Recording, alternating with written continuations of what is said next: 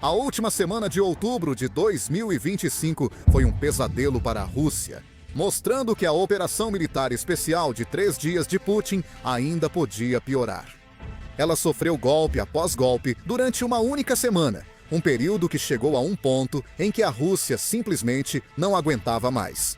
Para Vladimir Putin, isso não é mais sobre vitória, é sobre sobrevivência. Esta semana trouxe 4 golpes que quebraram o ímpeto da Rússia. Primeiro, as sanções dos Estados Unidos destruíram as exportações de petróleo de Moscou. Depois, aliados russos virando as costas para Putin e uma nova onda de baixas nas linhas de frente. E, finalmente, o povo russo está percebendo o quão ruim essa guerra realmente está indo. Todos esses fatores se combinaram para fazer da última semana de outubro a pior semana única que a Rússia teve desde o início da invasão. O Kremlin nunca vai admitir, mas a prova é clara, principalmente ao vermos a reação do público russo. É só observar. Como eu saberia? Nosso governo se importa com a gente ou com os aposentados? Claro que não. Como eu saberia do que se trata? É em grande parte por causa da guerra. Tudo vai pra lá, todo o dinheiro vai pra guerra. O que pode ser feito? Como resolver isso? Zelensky precisa ser removido e tudo será resolvido. Em outubro, os russos perceberam que a guerra não afetava só seus bolsos. Também afetaria como vivem e dormem. Com a chegada do inverno, as guerras de apagão atingiram todas as cidades da Rússia, inclusive Moscou. Zelensky prometeu a Putin que, se ataques às usinas ucranianas continuassem, a Ucrânia faria Moscou ficar no escuro no inverno. Foi exatamente isso que ocorreu após Putin atacar as cidades ucranianas. Só na última semana de outubro, os contra-ataques ucranianos causaram apagões na região de Moscou. Em Lipsk, em Tamavu, em Belgrado, em Rosnev, em Tula, em Razayan, em Oryx, Kursk, Bariansk, Rostov e muitas outras cidades. É a primeira vez desde o início da guerra que a Ucrânia pode fazer o que a Rússia fez com cidades ucranianas nos últimos 3 anos. Isso significa que Putin não pode simplesmente atacar a Ucrânia impunemente. E é exatamente por isso que Putin está realmente assustado agora. Ele está tão apavorado que deixou o restante da Rússia sem defesa. Só para garantir, ele colocou um círculo irídeo ao redor de Moscou. Agora, é claro, ele quer proteger a capital, mas também quer se proteger. E eu não entendo essa paranoia. Drones ucranianos só querem tomar chá com ele, mas acho que Putin não quer. A situação de apagão é tão generalizada que agora vemos programas de propaganda russa na televisão pedindo dinheiro para geradores, enquanto comemoram o fato de que a Rússia está atacando usinas de energia ucranianas. Isso é irônico demais para inventar. Ouça você mesmo.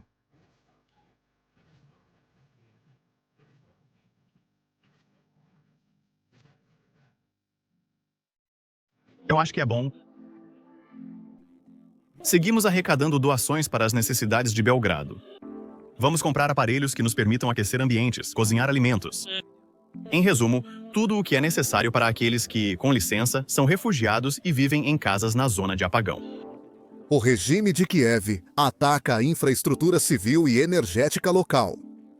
Devemos estar prontos para qualquer coisa. Estaremos prontos para Tudo. Putin claramente não se importa com a população russa, mas a semana não seria tão ruim para a Rússia se só os russos estivessem sofrendo. Putin também sofre, tudo por causa das sanções dos Estados Unidos da América. Veja, o Kremlin realmente queria uma reunião entre Trump e Putin em Budapeste. A Rússia esperava que talvez pudesse enganar o mundo novamente com negociações de paz, mas sem nunca realmente trazer a paz para a Ucrânia. Bem, essa reunião fracassou, tudo graças a Sergei Lavrov. E então, a Rússia foi surpreendida por algo que não esperava. No dia seguinte ao fracasso da reunião, os Estados Unidos anunciaram sanções devastadoras contra 2 das maiores empresas petrolíferas da Rússia, a Rosneft e a Lukoil. O impacto disso foi imediato e ainda está acontecendo. Mesmo em novembro, a China imediatamente cortou as importações russas e a Índia substituiu o petróleo russo pelo petróleo do Iraque e dos Emirados Árabes Unidos. A Turquia agora está comprando mais petróleo que não é russo e o Brasil reduziu sua dependência do diesel russo. Por que esses países são importantes? porque eram os 4 maiores compradores de petróleo russo desde o início da invasão de Putin. China era a primeira, Índia a segunda, Turquia a terceira e Brasil o quarto. Agora, todos eles estão abandonando a Rússia, bem quando a economia russa está indo para o ralo. Veja, a economia russa está quebrando sob a estagflação. O que é estagflação? Bem, tecnicamente, é quando a economia não está crescendo e a inflação está extremamente alta. Basicamente, tudo na Rússia aumenta, menos os salários, inclusive o do Putin. Receitas do petróleo russo caíram 27% em outubro ante o ano anterior. E como se isso já não fosse ruim, segundo o Ministério do Petróleo da Rússia, ou como eles chamam, lá esperam que a receita caia nos 2 últimos meses do ano. Isso porque as sanções foram anunciadas em 22 de outubro. Tenho certeza de que os efeitos ainda estão acontecendo enquanto gravo isso. Isso significa que o déficit russo está aumentando. Para resolver isso, a Rússia está subindo impostos sobre seus cidadãos. Mas os cidadãos já não têm muito dinheiro sobrando, de qualquer forma. Para um ditador, isso é uma proposta muito assustadora.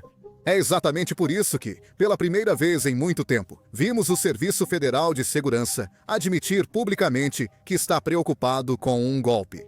Abriram um processo criminal contra opositores russos no exterior, acusando-os de planejar a derrubada violenta do governo. Na verdade, as figuras opositoras exiladas são a menor preocupação de Putin. Isso porque Putin está fazendo inimigos por todos os lados. Primeiro, ele confisca os bens dos oligarcas para financiar sua invasão. E, por outro lado, ele está aumentando cada vez mais os impostos sobre o público e restringindo suas liberdades para financiar sua invasão. Agora, do ponto de vista de um oligarca, ao ver cada vez mais amigos perderem tudo o que têm, você começa a se perguntar: talvez seja melhor agir antes que Putin haja contra você? E não apenas os oligarcas. Até o público agora está dançando nas ruas de São Petersburgo e falando sobre deixar os cisnes dançarem. Cisnes dançando significa que eles querem uma 1991 onde o czar Putin e seu regime são derrubados e a democracia realmente triunfa. Na Rússia, a situação está tão ruim que até os canais de televisão mencionam, mas de forma peculiar. Por algum motivo, alguns russos desprezam a democracia. Apenas ouça. Agora querem repetir o colapso da União Soviética. O autor é Snyder, professor da Universidade de Yale. Ele inventou o termo pós-Rússia em 2022 e agora divulga ativamente essa ideia. Existem vários conceitos ali. O primeiro é o desmembramento, mas há um segundo. O segundo envolve quebrar o regime político de tal forma que a Rússia se torne pós-Putin. Ele afirma que a Rússia enfrentará 2 fatores em sua derrota na guerra imperialista. A primeira é que a Rússia deve perder a guerra imperialista, e a segunda é que ela deve se tornar democrática como resultado de sua derrota. O que esse canalha inventou? Ele criou a Lei do Desenvolvimento da História Europeia, incluindo a Federação Russa. Ele afirma que a Rússia precisa perder uma guerra imperialista, como os demais países europeus, para assim se tornar democrática. Isso é o ponto da ideia dele. Se envolve desmembramento ou não, na realidade, é secundário. Essa é a lógica por trás disso. Infelizmente, quanto ao colapso da União Soviética, essa receita foi tristemente aplicada. Infelizmente, essa receita não foi implementada. O maior problema para Putin é que sua economia foi construída com base no medo. Isso significa que a paz é sua maior ameaça, por isso ele não pode parar a guerra. Para continuar, vimos ele ordenar a maior conscrição na Rússia em 9 anos. Mais 135 mil jovens russos serão recrutados e obrigados a assinar contrato com o exército. Mas veja, ele não parou aí. Também mudou como funcionam as conscrições na Rússia, unificando as 2 janelas usadas antes. Agora, como na era soviética, a Rússia recrutará jovens russos continuamente e os enviará para morrer na Ucrânia. E eu falo sério, porque esses adolescentes não estão realmente sendo treinados. São obrigados a assinar um contrato, enviados à linha de frente e usados apenas como carne de canhão. Isso pode ser visto em vídeos do TikTok e outras redes sociais, feitos por soldados russos na linha de frente. Veja este como exemplo. Se alguém vir este vídeo, espero que eu não saiba o que fazer. Se alguém vir este vídeo, espero que eu não saiba o que Fazer. O Rádio quebrou. Sem conexão, nada. Não tem comida nem água, nada.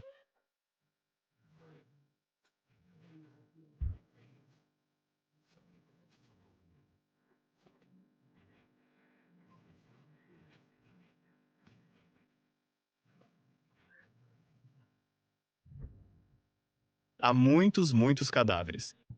As folhas caíram. Não há onde se esconder. Não consigo ver nenhuma aldeia ou qualquer outra coisa. Não há frutas silvestres. Não há nada. eu não, na aldeia. Para onde correr? Como se esconder? Espero sobreviver? Droga? Pra onde correr? Como se esconder? Acredito que sobrevive, Blatt.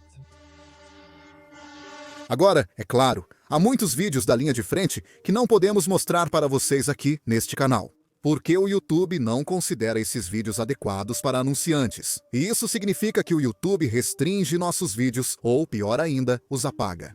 É por isso que criamos nossa própria plataforma, Business Basics. Lá não temos restrições, o que significa que podemos mostrar para vocês uma cobertura sem censura do que está acontecendo na Ucrânia e no resto do mundo. E o melhor, não mostramos anúncios no site. Assim, não precisamos ouvir anunciantes para decidir o que cobrir. Mantemos este site com o apoio de vocês. Então, se você é alguém que se interessa por esse tipo de conteúdo, com certeza confira o basicsinsider.com. Use o link na descrição ou escaneie o QR Code na tela. Ao se inscrever, você poderá assistir a muito conteúdo já disponível no site. Além disso, você poderá ver tudo o que enviarmos e no futuro ainda ajudará nossa cobertura e o canal. Então, muito obrigado! Meu nome é Sam e vejo vocês no próximo vídeo.